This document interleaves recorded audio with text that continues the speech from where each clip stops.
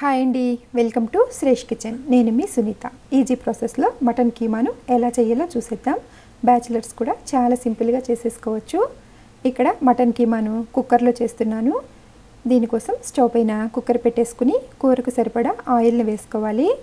2 medium size ఉల్లిపాయలు, 3 పచ్చిమిర్చీలను చిన్న చిన్న ముక్కలుగా కట్ చేసి వేసుకోండి. ఉల్లిపాయ ముక్కలు బాగా వేగనివ్వాలి. ఇలా బాగా వేయించుకుంటే సరిపోతుంది. ఎర్రగా అయ్యే వరకు వేగనిస్తే కూర తీపిగా వచ్చేస్తుంది. దీనిలోకి 1/2 కేజీ మటన్ కీమాను శుభ్రంగా కడిగి జాలి గరిటెలో వేసుకుంటే నీళ్ళన్నీ ఓడిపోతాయి.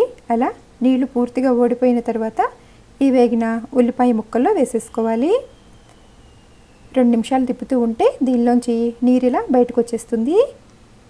ఈ నీళ్ళన్నీ ఎగిరిపోయే వరకు మధ్య మధ్యలో తిప్పుతూ మగ్గించుకోవాలి. ఈ నీళ్లు పూర్తిగా ఎగిరిపోయే వరకు మగ్గించుకోండి, లేకపోతే కూర కొంచెం నీచు వాసన వచ్చినట్టు అనిపిస్తుంది. ఇలా పూర్తిగా ఎగిరిన తర్వాత రుచికి సరిపడా ఉప్పు, 2 స్పూన్ల అల్లం వెల్లుల్లి పేస్ట్ వేసి బాగా మగ్గనివ్వాలి. 2-3 నిమిషాలు ఉంటే ఇలా బాగా మగ్గిపోతుంది. ఈలోపు దీనిలోకి 1 స్పూన్ ధనియాలు, 1 స్పూన్ గసగసాలు, 7-8 లవంగాలు, 2 యాలకులు, ఈ సైజు ఎండు కొబ్బరిని సన్నగా తరిగి వేసుకోండి. ఈ సైజు దాల్చిన చెక్క, 1/2 స్పూన్ జీలకర్ర వేసుకుని కొద్దిగా నీళ్లు కూడా పోసి మెత్తగా అయ్యేట్టు మిక్సీ పెట్టుకుని పక్కన పెట్టేసుకోండి. కీమాలో నీరు మొత్తం ఎగిరిపోయిన తర్వాత 1/2 స్పూన్ పసుపు, 2 స్పూన్ల కారం, మనం తినేదాన్ని బట్టి కారాన్ని వేసుకోండి. 1 స్పూన్ ధనియాల పొడి వేసి ఉప్పు కారాలను బాగా వేగనివ్వాలి. ఇలా వేగనిచ్చిన తర్వాత మిక్సీ పెట్టుకున్న ఈ మసాలా కూడా వేసేసుకుని దీన్ని కూడా కాస్త వేగనివ్వాలి. ఇదిలా బాగా వేగుతున్నప్పుడే కాస్త కొత్తిమీరను సన్నగా తరిగేసి వేసుకోండి. ఇలా కొంచెం సేపు ఫ్రై చేసేసుకుని 1 గ్లాస్ నీళ్లు పోసుకోవాలి.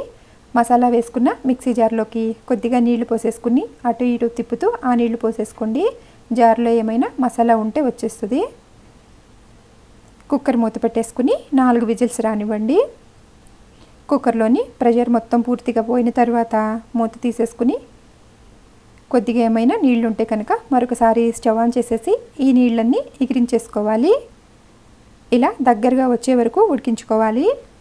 పూర్తిగా నీళ్ళన్నీ ఎగిరి ఇలా దగ్గరగా వచ్చేసిన వెంటనే స్టవ్ ఆఫ్ చేసుకోవటమేనండి. వేడివేడిగా వడ్డించుకోవటమే. కొంతమంది ఈ కీమాలో గుడ్డు మెంతాకును కూడా వేసి వండుతూ ఉంటారు. అదొక టేస్ట్ ఉంటుందండి. ఆ రెసిపీని కూడా ఎలా చేయాలో మరొక వీడియోలో చూసేద్దాం. కుక్కర్లో సింపుల్గా కీమా కర్రీని చేసేసుకోవచ్చు. పక్కన 2 ఉల్లిపాయ ముక్కలు, నిమ్మచెక్క ఉంటే చాలు, సూపర్గా ఉంటుంది. ఈ రెసిపీ మీకు ఎలా అనిపించిందో కామెంట్ బాక్స్లో తప్పకుండా తెలియచేయండి. Thank you for watching.